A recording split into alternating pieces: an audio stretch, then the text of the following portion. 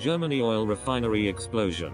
Blast sparks huge fire, 2,000 evacuated. 8 people have been injured and 2,000 residents evacuated after an explosion at an oil refinery in Germany this morning. The burning building following the explosion at the Bayern oil refinery, near the city of Ingolstadt.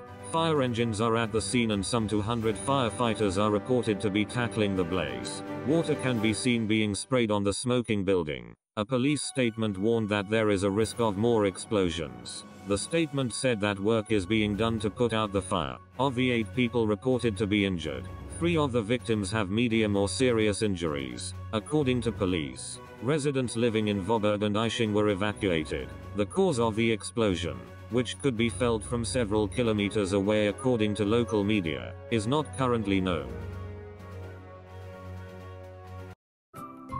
Thank you for watching. Please subscribe to us on YouTube. If you like, donate to us, visit home on the page PayPal.